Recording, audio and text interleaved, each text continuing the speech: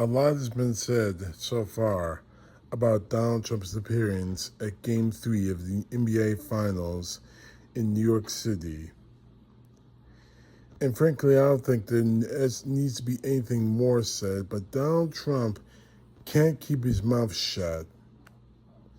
After seeing the reaction from ESPN's Stephen A. Smith blaming him for the potential loss at Game 3 by the Knicks, Donald Trump decided to retaliate, calling him an arrogant fool, a low IQ individual in the Truth Social post, which is nothing more than code for saying the N-word, for calling him the N-word.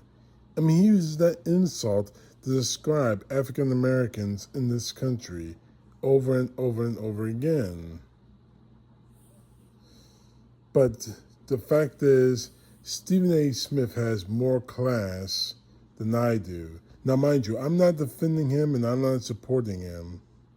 He's still a Republican. He's still, to that point, he was a Donald Trump supporter and a Donald Trump apologist. But every once in a while, every blue moon, he makes some kind of sense.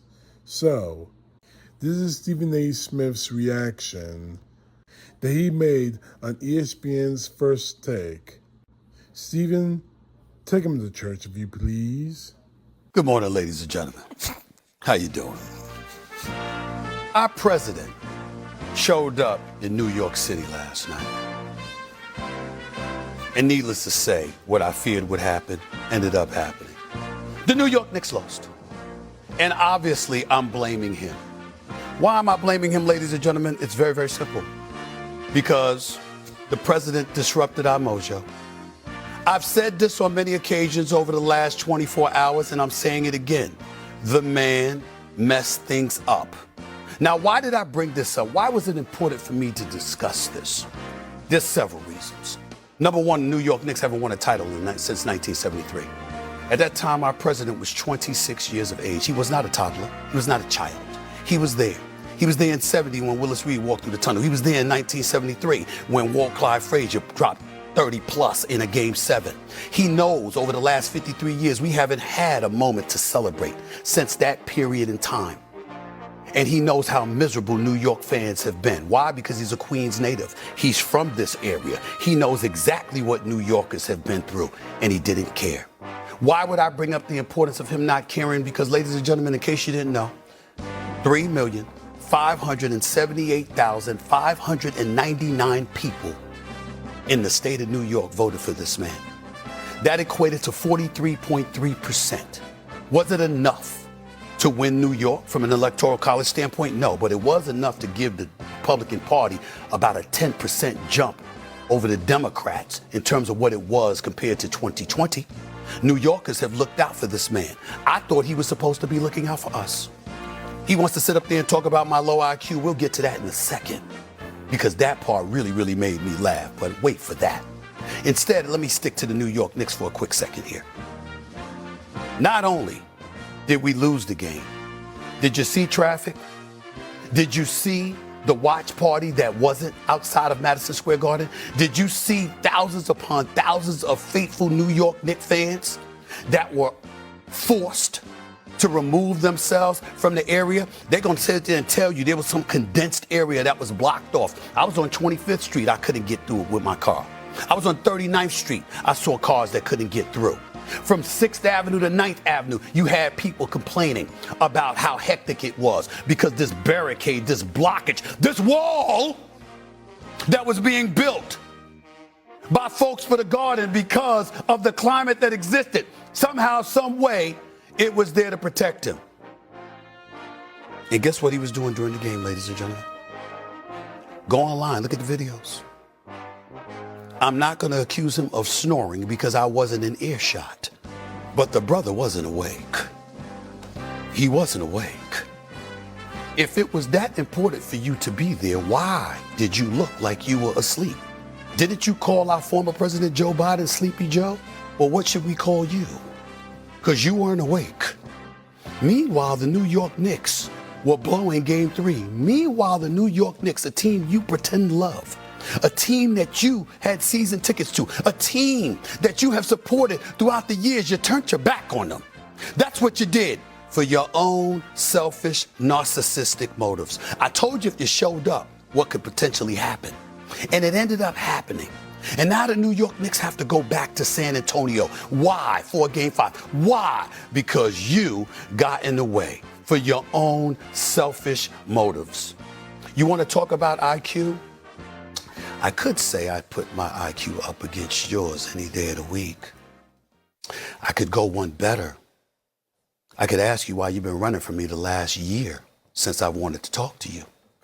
I could ask you to debate me since you think you that dude, okay? We can go a myriad of ways with all of this, but I'm not going to let you off the hook because none of that is important. I do appreciate the fact that you called me a nice guy because shh, don't tell anybody. But I actually am a very nice guy until you tug at me a little bit. And then after that, I got to show my other side. And my other side came out last night when I recognized that businesses that are accustomed to being patronized were compromised by you because you showed up. The crowd that surrounded the Madison Square Garden and its surrounding areas, you compromised. I thought you were about the economy. I thought you were about helping New Yorkers because you love New York.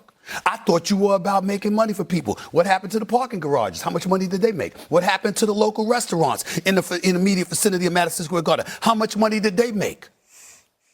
We know you've made a lot of money. We know you keep making money. But have the New York Knicks benefited? The answer to that would happen to be no.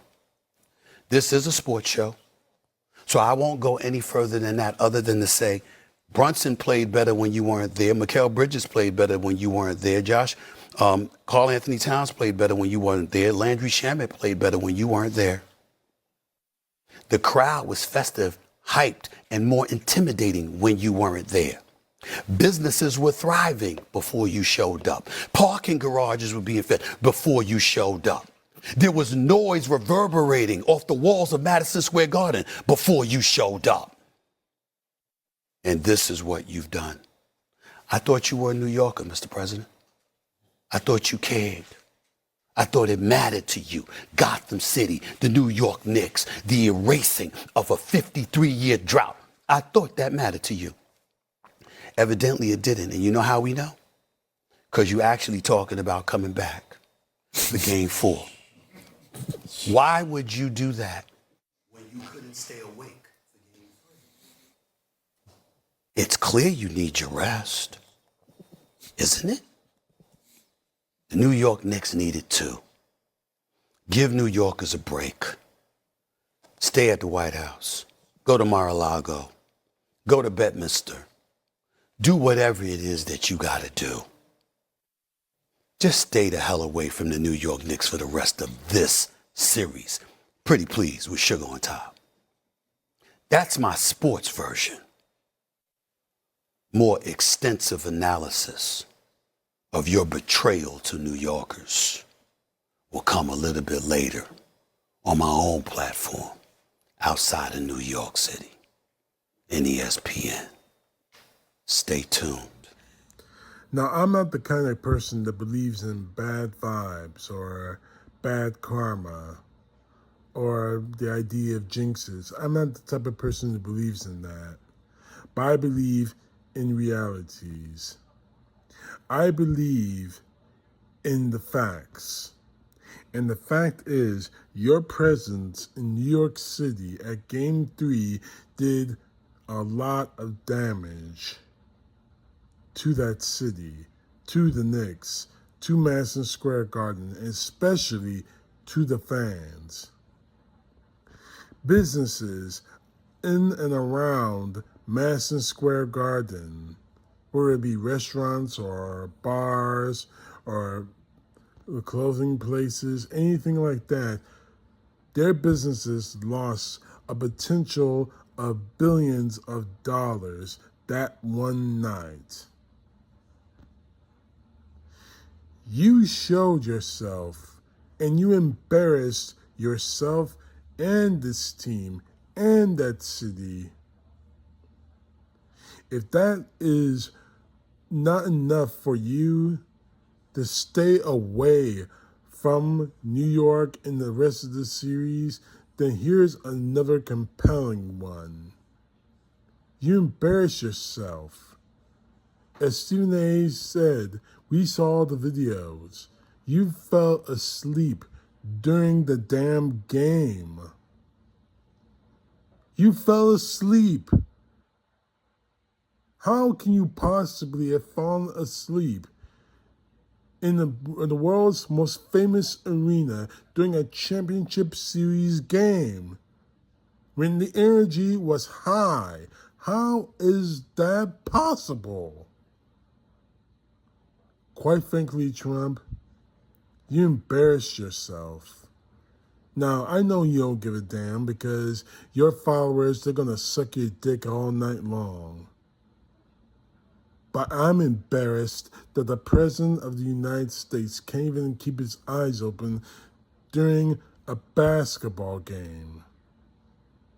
When cameras are looking at you, when spies from other nations who were probably there that night were looking at you saying, look at the American president, this idiot, we got him, we can twist him and get him by the balls, we got him. That's what you did to this country, Trump. And I'm getting sick and tired of explaining it away. So it's over. You got your billions of dollars you built out of the American people. As Stephen A. Smith put it to you, Trump, stay in Washington, or go to Mar-a-Lago, or go to Bedminster, or go to Israel, or go to North Korea, or go to Russia. Or better yet, I got a better idea. Why don't you go to hell with the devil himself, and maybe you might be able to have some fun there playing poker or pinochle, or maybe a round of golf. But stay the hell away from New York. Because the truth of the matter is, if those boos, if the entire arena booing the hell out of you wasn't the indication, Trump, then let me make it very clear for you. You're not welcome there. You're not welcome in New York City, Trump. You never were. CTP, know the truth. God bless. Peace to the left, justice to the right.